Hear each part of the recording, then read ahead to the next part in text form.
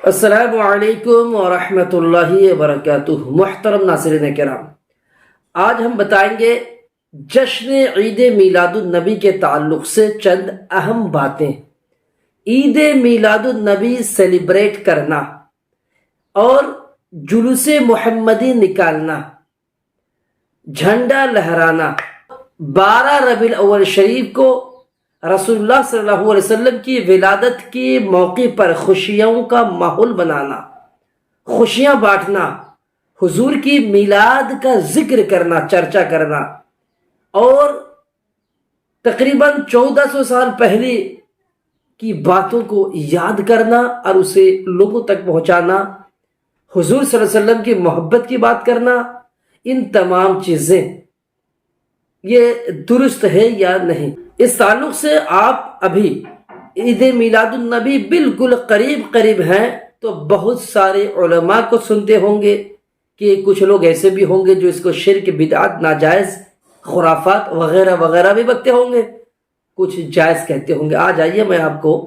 دربار غفاریہ خانقاہ چشتیہ ہماری خانقاہ کی طرف سے جشن عید میلاد النبی منانا کیسا ہے اور کس طریقے سے منانا چاہیے، اور اس کا ثبوت کہاں پر ہے، قرآن میں کہاں ہے، حدیث میں کہاں ہے، کیا یہ قرآن و حدیث کے مطابق ہو رہا ہے یا نہیں، آج ہم اسی پہ چرچا کریں گے۔ سب سے پہلے میں آپ کو کہوں گا، اگر آپ اس چینل پر نئے ہیں تو چینل کو سبسکرائب ضرور کریں اور یہ ویڈیو کو دوسرے تک ضرور شیئر کریں۔ اور یاد رکھیے گا، اس سال عید میلاد النبی 28 ستمبر کو ہو رہا ہے، یعنی 2023 28 ستمبر جمعرات کا دن جشن عید میلاد النبی یعنی 12ویں شریف آ رہا ہے۔ آج آئیے ہم بات کریں گے چند سوال اور اس کا جواب قرآن و حدیث کی روشنی میں۔ سب سے پہلے آپ کو میں قرآن کی ایک آیت آپ تک پہنچا رہا ہوں۔ قرآن مقدس میں اللہ سبحانہ وتعالی ارشاد فرماتا ہے وَذَكِّرْهُمْ بِأَيَّامِ اللَّهِ، یعنی اس کا معنی ہے اور یاد دلاؤ ان کو اللہ کے دن، یعنی اللہ کے جو دن ہے اس دن کو یاد دلایا جائے۔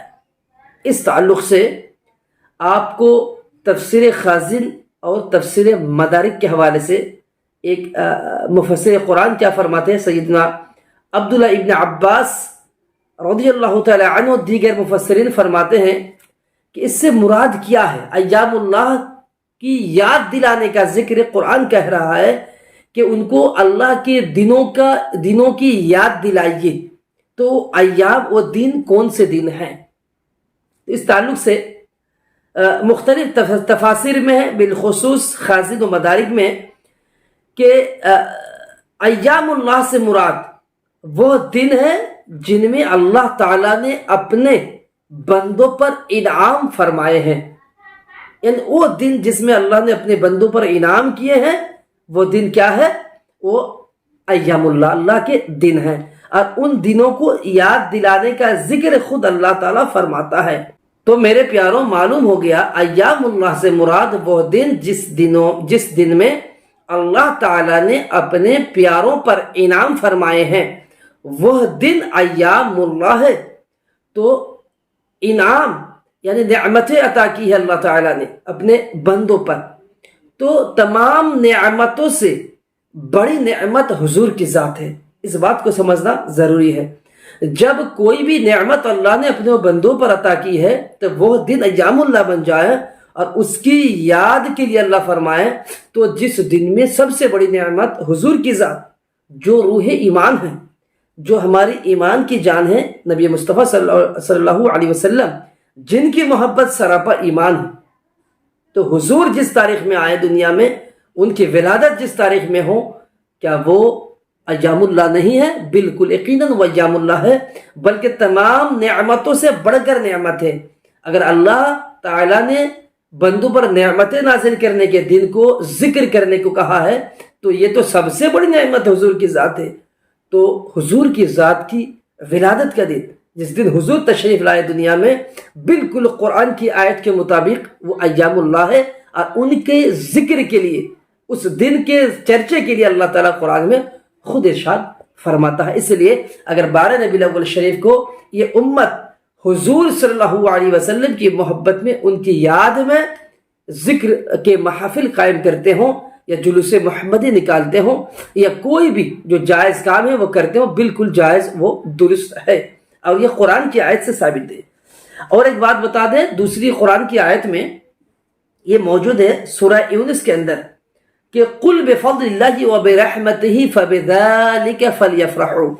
اس کا مطلب یہ ہے کہ اللہ تعالیٰ فرماتا ہے کہ اے میرے محبوب آپ فرما دیجئے اللہ ہی کے فضل اور اس کی رحمت پر چاہیے کہ خوشی کرے، یعنی اللہ کی رحمت اور اللہ کے فضل پر خوشی منانا چاہیے اس امت کو۔ اس قرآن کی آیت سے صراحت اور صاف سمجھ میں آ رہا ہے۔ قرآن کی اس آیت کی تفسیر دوسری آیت سے ہم کرتے ہیں۔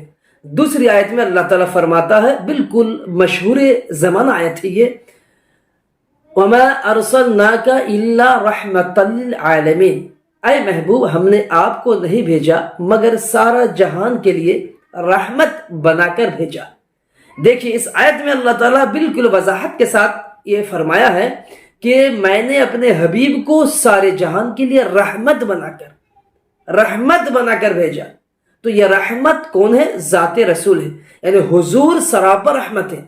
تو اب جب حضور سراپر رحمت ہے اور پہلی والی آیت میں اللہ تعالیٰ فرماتا ہے کہ اللہ تعالیٰ نے جو رحمت اور فضل تمہیں عطا کیے ہیں، تو اس رحمت پر اور اس فضل پر تمہیں چاہیے کہ تم خوشی مناؤ۔ اور رحمت دوسری آیت سے پتا چلا کہ حضور کی ذات ہے۔ یہ تفسیر القرآن بالقرآن ہے، اور تفسیر القرآن بالقرآن تمام تفاسیر پر مقدم ہے کہ تفسیر قرآن پاک کی آیت کی تفسیر دوسری آیت کرے، یہی مقدم ہوتا ہے، پھر جا کے حدیث آتی ہے، پھر دوسری آثار وغیرہ سے یا علماء کرام کی تحقیق سے بات معلوم ہوتی ہے۔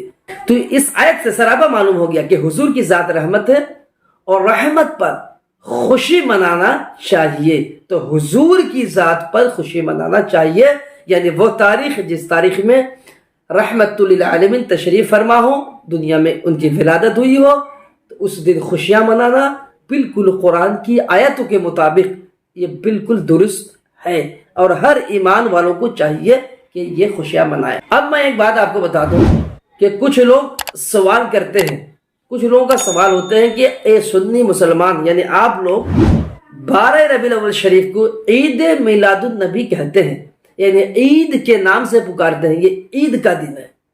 حالانکہ شریعت میں تو عید دو ہی ہے، عید الاضحیٰ اور عید الفطر۔ یہ تیسری عید کہاں سے پیدا ہو گئی؟ عید تو دو ہی ہے، تو اس کو عید میلاد النبی کہنا درست نہیں ہے۔ یہ ایک سوال اور اعتراض غیروں کی طرف سے آتا ہے، اس کا جواب ملاحظہ فرمائیں آپ۔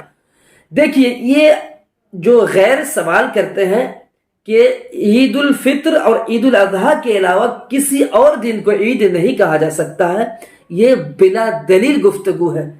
ان کی اس باتوں کی کوئی دلیل نہیں ہے، یہ بالکل ہوائی فائرنگ ہے، نہ قرآن کو سمجھتے ہیں وہ، نہ حدیث کو سمجھتے ہیں۔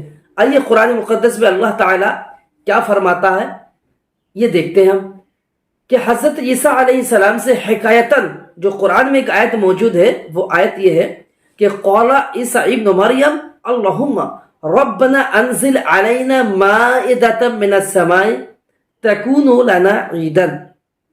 دیکھیے اس آیت میں اللہ تعالیٰ کیا فرماتا ہے کہ حضرت عیسیٰ ابن مریم علیہ السلام نے اللہ تعالیٰ سے عرض کی، اے اللہ، اے رب ہمارے، ہم پر آسمان سے ایک خانہ نعمت یعنی دسترخوان اتار کہ وہ دن ہمارے لیے عید کا دن ہو۔ یعنی اے اللہ آسمان سے دسترخوان، کھانے کے دسترخوان اتار، اور جس دن یہ دسترخوان اترے وہ دن ہمارے لیے عید کا دن ہو، یعنی وہ دن ہم عید منائیں گے۔ یعنی قرآن کی اس آیت میں عید کا لفظ ہے، اور یہ ہوا ہے کہ جس دن حضرت عیسیٰ علیہ السلام کی دعا کی بدولت اللہ تعالیٰ نے آسمان سے کھانا اتارا، کھانے کے دسترخوان اتارا، تو وہ دن حضرت عیسیٰ علیہ السلام اپنے قوم کے ساتھ عید کا دن منایا ہے، اور قرآن میں عید کا لفظ ہے۔ آپ بتائیں کہ جو یہ کہتے ہیں کہ عید کوئی تیسری چیز کو نہیں کہا جا سکتا ہے، یہی دو عید ہے، عید فطر عید الاضحیٰ، تو یہ تیسری عید پھر کہاں سے پیدا ہوگی؟ اور یہ قرآن میں ہے، یہ اللہ نے کہا، عیسیٰ علیہ السلام کی گفتگو کو اللہ تعالیٰ نے قرآن میں بیان کیا۔ تو معلوم ہو گیا یہ جو نظریہ ہے کہ تیسری کوئی ووکیشن کو عید نہیں کہا جا سکتا ہے، یہ بالکل من گڑت بات ہے، یہ قرآن کے مطابق نہیں ہے۔ اور وہ دن حضرت عیسیٰ علیہ السلام نے عید کا دن منایا بھی ہے۔ آپ جانتے ہیں عیسائیوں میں ابھی بھی ایک رواج سسٹم ہے کہ جس دن یہ خون نعمت آسمان سے اتارا گیا تھا، اللہ تعالیٰ نے اتارا، وہ دن اتوار کا دن تھا، اور حضرت عیسیٰ علیہ السلام خوشیاں منائے، ان کی قوم میں منائے خوشی۔ تو آج بھی اتوار کا دن ہالیڈے ہے، چھٹی کا دن ہے، آج بھی آپ جانتے ہیں اتوار سنڈیز ہالیڈے۔ کیوں؟ چونکہ وہی خوشی اب تک ان لوگوں میں چل پڑی ہے، اب ایک رواج بن چکا ہے۔ تو آسمان سے اگر دسترخوان اتر جائے، کھانا نازل ہو جائے، تو آپ سوچ سکتے میرے پیاروں، اگر وہ دن عید کا دن بن سکتا ہے تو جس دن میرے حضور تشریف لائے، جس دن سارے جہان کی محبوب اللہ کے پیارے رحمت للعالمین تشریف لائے ہوں، حضور کی ولادت ہوئی ہو، کیا وہ دن عید کا دن نہیں بنتا؟ یقیناً وہ دن عید کا دن ہے کہ نثار تیری چہل پہل پہ ہزاروں عید ربیع الاول، سوائے ابلیس کے جہاں میں سبھی تو خوشیاں منا رہے ہیں۔ شیطان کے علاوہ آپ دیکھیں جس وقت رسول پاک کی ولادت ہوئی تھی، اب البدایہ والنہایہ اٹھایا ابن کثیر کی بدایہ والنہایہ میں بالکل یہ بات وضاحت کے ساتھ لکھی ہوئی ہے کہ وہ تاریخ جس تاریخ میں حضور کی ولادت ہوئی تھی سبوں نے خوشیاں منایا تھا، لیکن شیطان غم منایا تھا، اس کو بڑی تکلیف ہوئی تھی۔ تو حضور کی ولادت کے دن میں تکلیف کس کو ہوتی ہے؟ شیطان کو، یا شیطان کے نقش قدم پہ جو چلتا ہے اس کو۔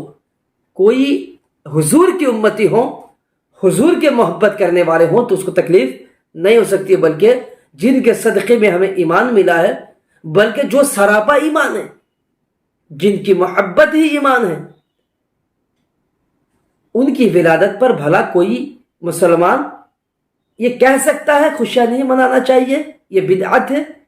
حالانکہ ان کے گھر میں جب بچے پیدا ہوتے ہیں، اپنے بیٹے کی ولادت ہوتی ہے، تب لڈو تقسیم کرتے ہیں، تب خوشیاں مناتے ہیں، تو کوئی مسئلہ نہیں ہوتا، لیکن حضور کی ولادت پہ منانے میں بڑا مسئلہ ہوتا ہے۔ یہ تو ان کا عمل بتاتا ہے کہ حضور کی وہ محبت جو محبت صحابہ کرام کے اندر تھی، وہ محبت اس کے اندر موجود نہیں، بلکہ اس کا ایک گناہ بھی موجود نہیں ہے۔ صحابہ کرام تو حضور صلی اللہ علیہ وسلم کے دھوئے ہوئے پانی کو، وضو کے پانی کو بھی لے کے جسموں پہ ملتے تھے، اس قدر محبت فرماتے، اور یہ حضور کی ولادت کے دن پہ انگلی اٹھاتے ہیں، یہ کہتے ہیں حضور کے عاشق۔ نہیں میرے پیار، چاہے جتنی نماز پڑھ لیں، چاہے جتنی بھی عبادت کر لیں، اگر حضور کی ذات کے تعلق سے آپ کے ذہن میں یا آپ کے دل میں تھوڑا بھی کینہ ہو، تو آپ اس نماز لے کے جنت میں نہیں جا سکتے۔ یہ نماز بھی آپ کا فضول ہوگا، یہ عبادتیں آپ کی بیکار ہو جائیں گی۔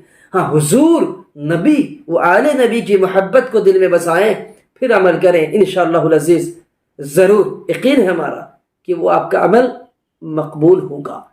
آئیے اب میں آپ کو بتاؤں کہ جو لوگ کہتے ہیں خوشی منانے سے فائدہ نہیں، بخاری شریف کی حدیث، اس حدیث کا چند ٹکڑا میں آپ کے سامنے صرف بیان کر رہا ہوں وقت کو بچانے کے لیے۔ بخاری شریف میں روایت موجود ہے کہ ابو لہب کی ایک باندھی تھی، یعنی ابو لہب حضور صلی اللہ علیہ وسلم کے چچا، ان کی ایک باندھی تھی۔ جس وقت رسول پاک صلی اللہ علیہ وسلم کی ولادت ہوئی تو ابو لہب کی جو باندھی تھی وہ خبر ابو لہب تک پہنچائی کہ آپ کے بھتیجے ہوئے ہیں، یعنی عبداللہ کا لڑکا ہوا۔ یہ سن کر ابو لہب خوشی کے مارے اس باندھی کو آزاد کر دیا، جاؤ میں اس خوشی میں تم کو آزاد کرتا ہوں۔ تو ابو لہب کے انتقال کے بعد ان کے اپنے بھائی حضرت عباس رضی اللہ تعالی عنہ یعنی حضور کے چچا نے ان کو خواب میں دیکھا اور پوچھا کہ آپ کے ساتھ کیا معاملہ ہوا ہے؟ تو انہوں نے کہا کہ میرے ساتھ معاملہ تو یہ ہوا ہے، میں تو جہنمی ہوں، لیکن بڑی تکلیف اور بڑی اذیتیں میرے ساتھ شامل ہے، چونکہ ابو لہب وہ شخص ہے جس پر قرآن میں لعنت آئی ہے۔ اللہ نے قرآن میں ابو لہب پر لعنت فرمائی ہے کہ تبت یدا ابی لہب، تو پوری صورت موجود ہے ابو لہب کی مذمت میں۔ تو جو بھی ہو، یہ بہت ہی بھیانک کافر گزرا جو حضور کو ہمیشہ اذیت دیا۔ لیکن تو ابو لہب کہتا ہے کہ ہفتے میں ایک دن سوموار کو میں جب اپنی انگلی کو چوستا ہوں تو مجھے ٹھنڈک محسوس ہوتی ہے اور راحت محسوس ہوتی ہے، عذاب میں تخفیف ہو گئی ہے میری۔ یعنی ایک دن سوموار کو ابو لہب کی عذاب میں تخفیف کر دی گئی ہے، یعنی عذاب کم ہوتا ہے۔ کیوں؟ اس لیے کہ حضور کی ولادت کی خوشی میں جس انگلی سے اشارے سے اس نے کہا تھا کہ اے میری باندھی جاؤ، تم کو میں نے آزاد کر دیا، کہ کس کی خوشی میں؟ حضور کی ولادت کی خوشی میں، اس کے سبب سے اس کو ہفتے میں ایک دن آرام اور راحت ملی، عذاب میں تخفیف ہو گئی۔ حالانکہ بہت ہی بڑا کافر جس کی مذمت میں قرآن میں موجود ہے آیتیں، تو ایسے کافر کے عذاب میں بھی کمی ہوئی ہے۔ حالانکہ ایک بات یاد رکھیے گا، ابو لہب نے حضور کی ولادت پہ جو خوشی منائی تھی وہ حضور کو نبی سمجھ کر نہیں بلکہ اپنے بھتیجے سمجھ کر۔ تو حضور کو اپنا بھتیجا سمجھ کر بھی جو خوشی منائیں، اگرچہ کافر ہو جائیں پھر بھی اس کا صلہ اللہ تعالیٰ کچھ بھی عطا کرتا ہے۔ تو یاد رکھیے گا، اگر کوئی مومن ہوگا اور حضور کو نبی، آخر الزمان، رحمت للعالمین، اللہ کے محبوب، یہ تصور کر کے اور یقین کر کے، صرف تصور نہیں بلکہ یقین کر کے، اور یہ حقیقت ہے جو اہل سنت والجماعت کا عقیدہ، پھر حضور کی ولادت منائیں، کیا اس کو فائدہ نہیں ہوگا؟ یقیناً فائدہ ہوگا۔ کچھ لوگ اس حدیث پر بھی اعتراض کرتے ہیں، کیا یہ تو خواب کی بات ہے، حضرت عباس نے تو خواب میں ان کو دیکھا ہے۔ میرے پیاروں، یہ حضرت عباس کی خواب کی بات ہے، یہ بات صحیح ہے، خواب ہے، لیکن کن کا خواب ہے؟ یہ آپ کا خواب نہیں ہے، ہمارا نہیں ہے، حضور کے چچا حضرت عباس جن سے حضور محبت فرماتے، جو حضور کو جانو دل سے محبت فرماتے، یہ ان کا خواب ہے۔ ان کے خواب شریعت میں دلیل ہے۔ کیوں؟ اس لیے دلیل ہے، اگر یہ خواب ہی کی بات ہوتی تو امام بخاری اپنی کتاب میں اس بات کو نقل ہی نہ فرماتے، چھوڑ دیتے۔ امام بخاری نے اس حدیث کو نقل فرما کر، اس بات کو نقل فرما کر اعلان کر دیا ہے کہ اے دنیا والوں، سنو کہ میرا عقیدہ بھی وہی ہے۔ اگر بخاری کو مانتے ہو تو اس عقیدے کو بھی ماننا ہوگا، اس کو خواب نہ سمجھو، چونکہ یہ ایرو غیرو کا خواب نہیں بلکہ یہ حضرت عباس رضی اللہ تعالی عنہ ان کا خواب ہے، اور امام بخاری کا عقیدہ بھی یہی ہے۔ تو پتہ یہ چلا کہ حضور کی ولادت پہ خوشی اگر دشمن بھی منا رہے تو اس کو بینیفٹ اللہ کچھ تو دیتا ہی ہے۔ تو عاشق اگر منائے تو فائدہ نہیں ہوگا؟ یقیناً فائدہ ہوگا۔ اس لیے میں کہتا ہوں حضور کی ولادت پہ خوشیاں منائیں، اور جلوس محمدی بھی آپ منائیں۔ کہتے ہیں یہ جھنڈا لے کر جانا، جھنڈا لہرانا، یہ کہاں پہ اس کا ثبوت ہے؟ دیکھیں میں آپ کو بتا دے رہا ہوں۔ جس وقت نبی کریم صلی اللہ علیہ وآلہ وسلم مکے سے مدینہ تشریف لائے تھے، انہیں ہجرت فرمائے تھے، جو مدینہ تشریف لائے تو مدینہ شریف کے چھوٹے چھوٹے بچے بچیاں وہ دف لے کر نکلے تھے، اور دف بجاتے بجاتے یہ گا رہے تھے، سب نہ حضور کی شان میں نعت پڑھ رہے تھے کہ طلع البدر علینا من ثنیۃ الوداع وجب الشکر علینا ما دعا للہ داعی، یعنی حضور پر نعت پڑھتے تھے اور حضور کے استقبال فرماتے تھے، اور دف بجا بجا کر استقبال رسول کریم صلی اللہ علیہ وسلم کیا گویا کہ ایک جلوس ہے، نبی آئے، نبی کے ساتھ حضور کے صحابی آئے اور تماموں نے استقبال کیا۔ تو حضور صلی اللہ علیہ وسلم کے مدینے آنا اگر اس قدر بابرکت و دف بجا کر ادب کے دائرے میں حضور کے استقبال پڑھا جائے، حضور پر نعت پڑھی جائے، تو حضور صلی اللہ علیہ وسلم کی دنیا میں ولادت ہونا، دنیا میں تشریف لانا، یہ کس قدر بابرکت ہے۔ آپ یہ تصور کر سکتے ہیں کہ جس کی خوشی ہم مناتے ہیں اور منانا چاہیے۔